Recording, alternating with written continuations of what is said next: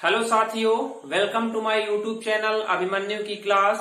मैं अभिमन्यु बघेल आप सबका अपने यूट्यूब चैनल पे हार्दिक स्वागत करता हूं। आज का ये जो टॉपिक है वो है भारतीय संविधान की प्रस्तावना या जिसे उद्देशिका भी कहा जाता है। आप लोग अपने दोस्तों तक इस वीडियो को शेयर करें और मुझे उम्मीद है आप सबको ये वीडियो बहुत अच्छा लगेगा और साथ में चैनल को सब्सक्राइब करना भी मत भूलें। तो आज का जो ये टॉपिक है वो है भारतीय संविधान की प्रस्तावना या जिसे हम उद्देशिका के नाम से भी संबोधित करते हैं। अब इसका अर्थ क्या है उद्देशिका का, तो हमें ये समझना है कि जो संविधान के उच्च आदर्श हैं या संविधान की मुख्य बातें हैं, इन बातों को हमारे संविधान की उद्देशिका में लिखा गया है या हूबहू उतार लिया गया है। यदि हम ये कहें कि भारतीय संविधान में जो उद्देशिका है वो क्या है, भारतीय संविधान का निचोड़ है या पूरे संविधान का सारांश है, तो ये गलत नहीं होगा। यानी कि हमारा संविधान जो है उसके उच्च आदर्श या मूल भावनाएं इस उद्देशिका के माध्यम से बताई गई हैं। हम बात करें पूरे संविधान के बारे में कि यदि किसी भी व्यक्ति को भारतीय संविधान को जानना है तो वो पूरे संविधान का अध्ययन किए बिना भी भारतीय संविधान की मूल बातों को, उद्देशिका को पढ़ करके आसानी से समझ सकता है। उद्देशिका जो है भारतीय संविधान का अंग है या नहीं, इसके बारे में दो बार आगे यहाँ पे जिस बॉक्स में हमने लिखा है उसे पढ़ेंगे। सबसे पहले बात करें हम कि उद्देशिका का प्रावधान संविधान में किया कैसे गया, तो पंडित नेहरू ने 13 दिसंबर 1946 को क्या रखा था, संविधान सभा में एक उद्देश्य प्रस्ताव रखा था। 13 दिसंबर 1946 को पंडित नेहरू ने उद्देश्य प्रस्ताव रखा और यही उद्देश्य प्रस्ताव आगे चल करके भारत की संविधान की प्रस्तावना या उद्देशिका का रूप लेता है। ठीक है, अब बात की जाए कि भारतीय संविधान की जो ये प्रस्तावना है इसे लिया किस देश से गया है, यानी कौन से देश से हमने इस प्रस्तावना को लिया, तो अमेरिका के संविधान से प्रस्तावना को लिया गया है। एक बात यहाँ पे और आती है कि प्रस्तावना की भाषा कहां से ली गई, तो ऑस्ट्रेलिया के संविधान से।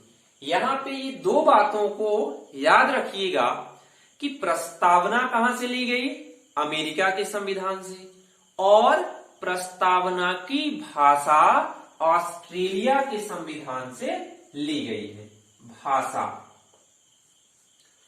फिर आगे इसी क्रम में है कि प्रस्तावना का जो मूल मुख्य बातें हैं 5 से 7 लाइनें, वो क्या कहती हैं, तो इसकी शुरुआत होती है हम भारत के लोग से, we the people of India. यानी कि हम भारत के लोग, किसी एक के लिए नहीं प्रस्तावना बल्कि सभी भारतीयों के लिए प्रस्तावना की, या प्रस्तावना सभी भारतीयों के लिए। समाप्त कहां होती है कि 26 नवंबर 1949 ईस्वी मिति मार्ग शीर्ष शुक्ल सप्तमी संवत 2006 विक्रमी को एतद द्वारा इस संविधान को अंगीकृत, अधिनियमित और आत्मार्पित करते हैं। यानी प्रस्तावना की अंतिम 3 शब्द अंगीकृत, अधिनियमित एवं आत्मार्पित करते हैं। डेट क्या है इसकी, 26 नवंबर 1949। यदि कभी पूछता है कि संविधान को अंगीकृत कब किया गया या अंगीकार कब किया गया, तो 26 नवंबर 1949 को। यदि वही ये पूछे कि लागू कब किया गया है, तो 26 जनवरी 1950। इन डेटों में कंफ्यूज मत होइएगा, इसे ध्यान से थोड़ा सा याद रखिएगा कि अंगीकृत और अधिनियमित आत्मार्पित की जो डेट है वो है 26 नवंबर 1949। मैं यहाँ पे आप लोगों को संविधान की जो 5-6 पूरी लाइनें हैं उसे पढ़कर सुनाऊंगा और ऐसी आशा भी करता हूं कि आप सब भी मेरे ही जैसे इसी तरह से संविधान की प्रस्तावना को आप लोग याद करेंगे। 2-3 बार पढ़ना होगा और बहुत ही आसानी से इस प्रस्तावना को याद किया जा सकता है। तो मैं पढ़ के एक बार बोल देता हूं। हम भारत के लोग भारत को एक संपूर्ण प्रभुत्व संपन्न समाजवादी पंथ निरपेक्ष लोकतंत्रात्मक गणराज्य बनाने के लिए तथा उसके समस्त नागरिकों को सामाजिक, आर्थिक और राजनैतिक न्याय, विचार, अभिव्यक्ति, विश्वास, धर्म और उपासना की स्वतंत्रता, प्रतिष्ठा और अवसर की समानता प्राप्त करने के लिए उन सब में व्यक्ति की गरिमा और राष्ट्र की एकता तथा अखंडता सुनिश्चित करने वाली बंधुता बढ़ाने के लिए दृढ़ संकल्प होकर आज 26 नवंबर 1949 ईस्वी मिति मार्ग शीर्ष शुक्ल सप्तमी संवत 2006 विक्रमी को एतत् द्वारा इस संविधान को अंगीकृत, अधिनियमित एवं आत्मार्पित करते हैं। ठीक है ना। ऐसे ही आप लोग भी पढ़ लेंगे। बहुत सारी बुकों में पूरा डिटेल लिखा मिलेगा। यदि किसी के पास नहीं होगा मैसेज मुझे करेंगे, मैं पर्सनल उनको सेंड कर दूंगा। ठीक है। ये तो रही भारतीय संविधान की प्रस्तावना कि हम भारत के लोग भारत को एक संपूर्ण प्रभुत्व संपन्न धर्मनिरपेक्ष लोकतंत्रात्मक गणराज्य बनाने के लिए। बाकी डिटेल हमने कर ही लिया। अब इस प्रस्तावना के स्रोत हैं, साथ में स्वरूप है और कौन से मुख्य शब्दांश का उपयोग इस प्रस्तावना में किया गया है। सबसे पहले स्रोत की बात करें हम, कहा गया है हम भारत के लोग। इसका तात्पर्य यहाँ पे क्या है कि जो संविधान का स्रोत है वो क्या होगा, तो हमारे भारत के लोग होंगे। यदि यही हम बात करें कि संविधान का संरक्षक कौन होगा, तो सुप्रीम कोर्ट होगा, लेकिन संविधान के स्रोत भारत के लोग हैं। स्वरूप की चर्चा कर लें। स्वरूप क्या है, तो ये 5 बिंदुओं के माध्यम से इस स्वरूप की बात की गई है। प्रस्तावना के स्वरूप की पहला कहता है संपूर्ण प्रभुत्व संपन्न, यानी जब संविधान बना 26 नवंबर 1949 को भारत का, इस डेट से भारत पूरी तरह से अपने आंतरिक एवं बाह्य मामलों में स्वतंत्र है। यानी अब इससे पहले तो हम ब्रिटिश सत्ता के अधीन थे, लेकिन इसके बाद हम संपूर्ण प्रभुत्व संपन्न राष्ट्र बन गए। यानी भारत अपने आंतरिक और बाह्य मामले में पूरी तरह से निर्णय लेने के लिए स्वतंत्र है। अगला कहता है समाजवादी। समाजवादी शब्द का उद्भव कार्ल मार्क्स के समाजवाद से की गई, लेकिन यूरोप में जो समाजवाद था वो कैसा था, क्रांतिकारी समाजवाद। उच्च वर्ग और निम्न वर्ग के मध्य क्रांति या संघर्ष के माध्यम से समाजवाद की स्थापना करना। लेकिन भारत में क्रांति के माध्यम से समाजवाद स्थापित नहीं किया जाएगा, बल्कि लोकतांत्रिक तरीके के माध्यम से भारत में समाजवाद स्थापित होगा, जो कि गांधी और नेहरू के आदर्शों पर टिका होगा।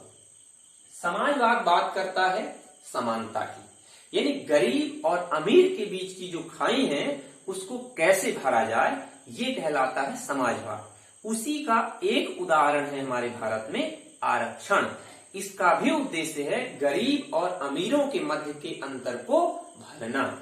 अगला कहता है धर्मनिरपेक्ष, यानी कि भारतीय संविधान का कोई भी धर्म नहीं होगा। धर्म किसका होगा, व्यक्तियों का होगा। राष्ट्र किसी भी धर्म का समर्थन नहीं करेगा, बल्कि व्यक्ति के धर्मों को जो है सकारात्मक तरीके से लेगा और देश का व्यक्ति अपने धर्म को स्वीकारेगा। लोकतंत्रात्मक से क्या तात्पर्य, या इसे हम लोकतंत्र भी कहते हैं या प्रजातंत्र भी कह सकते हैं। इसका तात्पर्य क्या है कि भारत का जो वास्तविक प्रधान होगा वो कैसे चुना जाएगा? प्रत्यक्ष रूप से जनता के माध्यम से, यानी लोगों के द्वारा चुना गया शासक। देश के हर एक नागरिक जो है देश के मुखिया का चुनाव करेगा, जो कि वास्तविक प्रशासक है देश का। ये है लोकतंत्र। गणराज्य, गणराज्य और लोकतंत्र शब्द को हम कई बार एक दूसरे का समानार्थी ले लेते हैं, लेकिन दोनों में अंतर है, थोड़ा अंतर है लेकिन अंतर है। लोकतंत्र का तात्पर्य है, जैसे हमने अभी पढ़ा, कि जो वास्तविक प्रधान है देश का वो कैसे होगा? देश के हर एक नागरिक के द्वारा चुना जाएगा। वहीं गणराज्य का तात्पर्य क्या है? कि जो नाम मात्र का प्रशासक या देश का संवैधानिक प्रशासक होगा, संवैधानिक मुखिया होगा, वो प्रत्यक्ष चुना जाए चाहे अप्रत्यक्ष चुना जाए, वंशानुगत नहीं होगा। कहने का तात्पर्य यहाँ पे कि जो राष्ट्रपति का पद है, चाहे वो प्रत्यक्ष या अप्रत्यक्ष निर्वाचन से चुना जाएगा, लेकिन वंशानुगत नहीं होगा। वंशानुगत का तात्पर्य क्या है? जैसे राजा का पुत्र राजा, उसका पुत्र राजा, यही क्रम हमेशा चलता रहता था। लेकिन जो गणतंत्र है या गणराज्य है, इसमें ऐसी व्यवस्था नहीं, बल्कि कहा जाए तो देश के लोगों द्वारा, चाहे वो प्रत्यक्ष हो चाहे वो अप्रत्यक्ष रूप से, जो है संवैधानिक जो मुखिया है उसका निर्वाचन किया जाएगा। ऐसे कहते हैं गणराज्य। आगे बात करें न्याय। यहां पे इस प्रस्तावना में न्याय के 3 रूपों की चर्चा की गई है: सामाजिक, आर्थिक और राजनीतिक न्याय। इन तीनों न्याय में सामाजिक न्याय में क्या है? जो हमने समाजवाद पढ़ा वही है। आर्थिक न्याय जो है वो क्या कहता है कि व्यक्ति को रोजगार प्राप्त करने का समान अवसर मिलना चाहिए। पिछला जो टॉपिक हमने वीडियो में पढ़ा है मौलिक अधिकार, उसके अंतर्गत हमने जो है मौलिक अधिकार के अंतर्गत आर्थिक स्वतंत्रता को भी पढ़ा था। राजनीतिक न्याय, राजनीतिक न्याय क्या बात करती है कि देश का हर एक नागरिक संविधान की दृष्टि से बराबर है और राजनीतिक कार्यों में सहभागिता लेने का समान अवसर व्यक्ति को मिलना चाहिए। जैसे मैं इस राजनीतिक न्याय को एक उदाहरण से समझा रहा हूं। देश में इलेक्शन होते हैं और प्रत्येक व्यक्ति क्या करता है? वोटिंग करता है। तो राजनीतिक न्याय कैसे मिला है कि हर एक नागरिक के वोट का मूल्य एक ही रखा गया, बराबर है सबका। ऐसा नहीं है कि कोई पैसे वाला आदमी है, उद्योगपति है, पूंजीपति है, तो उसकी वोट की गिनती 5 हो और किसी गरीब व्यक्ति की वोट की गिनती 1 की जाएगी। ऐसा बिल्कुल भी नहीं है। हर एक व्यक्ति की वोट की गिनती 1 ही की जाती है। यही कहलाता है राजनीतिक न्याय। यानी कोई वोट देने के अधिकार से वंचित नहीं करेगा, चुनाव में भाग लेने से भी कोई इंकार नहीं कर सकता। आगे स्वतंत्रता। आर्टिकल 19 के तहत हमने 5 से 6 तरीके की स्वतंत्रताओं को पढ़ लिया है, उसी का यहाँ पे उल्लेख किया गया है। समानता, जो यहाँ पे समाजवाद पढ़ा वही है। व्यक्ति की गरिमा, ये क्या कहता है कि देश के हर एक नागरिक को गरिमा पूर्ण जीवन जीने का अधिकार है। आर्टिकल कितना प्रावधान करता है? 21 हमने मौलिक अधिकारों में समझ लिया है। आप लोगों ने बहुत बार सुना भी होगा, जब कोई नेता किसी नेता के लिए कोई विवादास्पद बयान देता है तो वो नेता जिस पे बयान दिया गया वो मानहानि का केस लगाता है उस वक्तव्य देने वाले नेता के ऊपर। तो प्रत्येक व्यक्ति को गरिमा पूर्ण जीवन जीने का अधिकार है। राष्ट्र की एकता एवं अखंडता, यानी हमारा देश विविधता में एकता का प्रतीक है। भौगोलिक आधार पर, जाति धर्म के आधार पर, संप्रदाय के आधार पर, भाषा के आधार पर, आर्थिक स्थिति के आधार पर, यानी इन सभी आधारों पर हमारा देश क्या है? विविध है। लेकिन अलग होने के बाद भी हमारा देश पूरी तरह से एकता के सूत्र में बंधा हुआ है। अगला कहता है बंधुता। बंधुता से तात्पर्य क्या है? आपसी मेल जोल। या भाईचारे की भावना, या जिसे हम अपनी स्थानीय भाषा में कहते हैं व्यक्तियों से व्यवहार बनाकर चलना, यही कहलाता है भाईचारे की भावना का विकास। तो वो भी किया जाएगा। ये तो थी प्रस्तावना की बात। अब यहां हम बात करेंगे इस प्रस्तावना से संबंधित दो वाद सुप्रीम कोर्ट में आते हैं। वाद का तात्पर्य है मामलों से, केस से। कौन से दो केस इस बॉक्स में हमें दिख रहे हैं? पहला आता है बीरवारी संघवाद 1960। इसमें सर्वोच्च न्यायालय ने अपना एक निर्णय दिया और बोला कि प्रस्तावना भारतीय संविधान का अंग नहीं है, इसलिए इसमें संशोधन नहीं हो सकता। ये सुप्रीम कोर्ट का स्टेटमेंट था 1960 बीरवारी संघवाद के केस में। दूसरा वहीं एक और केस आता है केशवानंद भारती बनाम केरल राज्य 1973। इसमें सुप्रीम कोर्ट ने अपने पिछले स्टेटमेंट को बदलते हुए क्या कहा कि संविधान में जो प्रस्तावना है वो संविधान का भाग है, इसीलिए प्रस्तावना में भी संशोधन हो सकता है। लेकिन संविधान की प्रस्तावना का जो मूल ढांचा है, यानी प्रस्तावना का मूल ढांचा, उसमें कोई संशोधन नहीं हो सकता। ये किस बात में कहा गया? केशवानंद भारती बनाम केरल राज्य में। अब जब ये 1973 में बाद आता है, इसके जस्ट बाद ही 1976 में क्या होता है? 42वां संविधान संशोधन हो जाता है इंदिरा गांधी के शासनकाल में। इंदिरा गांधी प्रधानमंत्री। इस संविधान संशोधन के माध्यम से प्रस्तावना में 3 नए शब्द जोड़े जाते हैं। कौन से 3 नए शब्द? इसमें पहला आता है समाजवादी, धर्मनिरपेक्ष और अखंडता। इनको हमने पहले ही पढ़ लिया है, समाजवादी, धर्मनिरपेक्ष और अखंडता। इन 3 शब्दों को भारतीय संविधान में 42वें संविधान संशोधन 76 द्वारा जोड़ा गया है।